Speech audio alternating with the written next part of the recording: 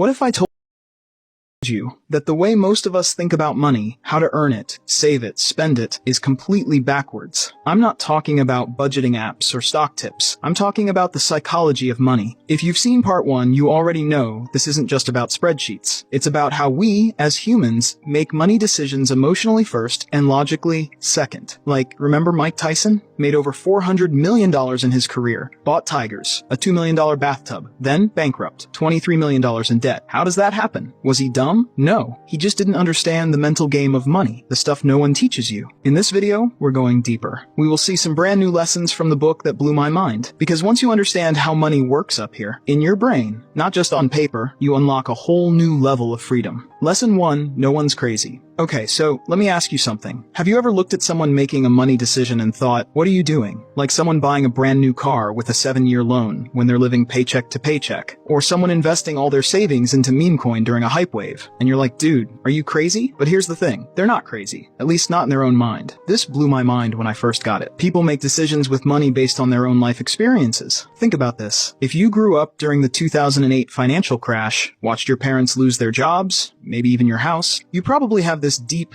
almost emotional reaction to the word stocks. You might avoid investing completely, even if it makes sense now. Meanwhile, someone who saw Bitcoin go from $500 to $60,000 feels like crypto is the smartest bet ever. Between 1920 and 2020, the US stock market returned an average of about 10% per year. That's insanely good long term. But during that same time, people lived through the Great Depression, World Wars, oil crises, 9/11, the dot-com crash, 2008, and COVID. So yeah, on a graph it looks smooth. In real life, it felt like chaos. So if someone is hoarding cash under their mattress or refusing to invest in the market, it's not because they're dumb. It's because they remember pain. Maybe their grandpa lost everything in 29. Maybe their job got wiped in the pandemic. Their money story is built on fear. Yours might be built on optimism. And neither one is crazy. Once you realize no one's crazy, you stop judging people's money choices and start understanding them. And even better, you start forgiving yourself for your own weird money habits. You stop beating yourself up for why you didn't invest earlier, or why you overspent during your 20s. You were just reacting to what the world taught you at the time. I mean, when I first got my paycheck from my first real job, I blew it all on sneakers, video games, and takeout. Not because I was irresponsible, but because growing up, money was tight. And now that I finally had a little bit of it, I wanted to feel free, like I could finally enjoy life. Was it smart? No. Was it logical? Probably not. Everyone's financial behavior makes perfect sense to them. So if someone else's choices look ridiculous to you, just remember, you're not seeing their full story. You're just seeing the result. Lesson 2. You and me are playing different games. Alright, quick question. Have you ever scrolled through Twitter or watched someone on YouTube making some wild investment move and thought, wait, am I doing this wrong? Like you see some 22-year-old throwing money into meme stocks or someone YOLOing their life savings into crypto, and for a second you're like, maybe I should be doing that too. Here's where it gets interesting. You're probably not even playing the same game as them, and that's one of the biggest reasons people make dumb money moves. They copy players from a totally different field. Think about it like this. Imagine you're at a poker table in Vegas. Some people are tourists, just playing for fun. They've got $200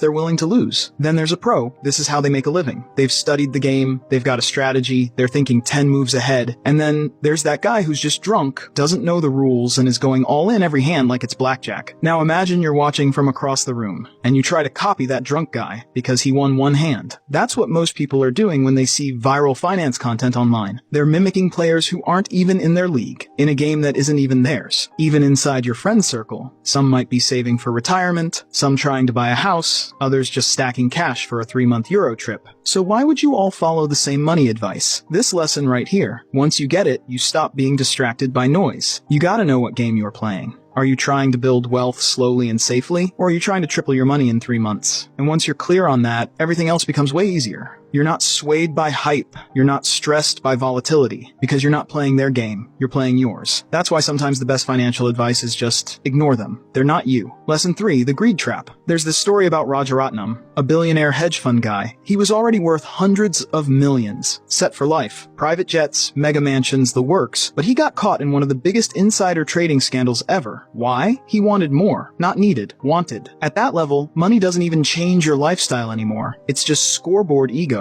Now I know what you're thinking. Yeah, but that's billionaires, not me. But this shows up in everyday stuff too. Like, you start investing. Your goal is to make 10% a year. But one day you see someone on Reddit make 30% in a week. Now you want that. So you start chasing riskier stuff. Crypto coins with weird names, options you don't fully understand, all because maybe I could get more, and then market drops. And you're like, what just happened to my plan? That's how greed quietly wrecks good strategy. It whispers, just a little more, then you'll be happy. But it never tells you what enough looks like. Daniel Kahneman once said, happiness doesn't come from getting everything. It comes from not needing everything. Because at some point, more money stops being about security. It starts being about status. And that's when things get dangerous. You see it in the news all the time. Rich people still making reckless bets. Because when there's no definition of enough, greed becomes the boss. But you can beat this. You just have to define your own version of enough. Like a target. A point where you can say, cool, I'm good now. I don't need to keep chasing. It could be, I want 50K in savings, or I want to work only 4 days a week, or I want to retire at 45. Whatever it is, make it real. Make it yours. Because if you don't set a finish line, someone else will set it for you. And let's be honest, what's the point of building wealth if you can't even enjoy it? Lesson 4, compounding. Okay, imagine this. You're walking past a tree. It's tiny. You barely notice it. A few years later, it's still kind of small. Then you come back 10 years later and it's towering over your head. Massive. Unstoppable. And you're like, when did this happen? That's compounding. But people underestimate it all the time. Not because it's hard to understand, but because it's hard to feel. We live in a world where we expect fast. Lose 10 pounds in a week. Make 10K a month in 30 days. But compounding? It's slow. Boring even. At first. And then it punches you in the face with how powerful it is. Warren Buffett. Yeah, the guy we always hear about. Do you know what his net worth was when he turned 50? It was around $300 million. But you know what's really insane? 99% of his net worth came after his 50th birthday. Today he's worth over $100 billion. Because he stayed in the game long enough for compounding to do its magic. But here's why this messes with people. We're wired to think in linear terms, not exponential. So when you save a bit and your investments grow a little and then a little more, it's like, okay, cool, I made $50 this month. Great. And your brain goes, this is doing nothing. Let me buy a new phone instead. But what you don't see is that those tiny, boring steps, they're laying the foundation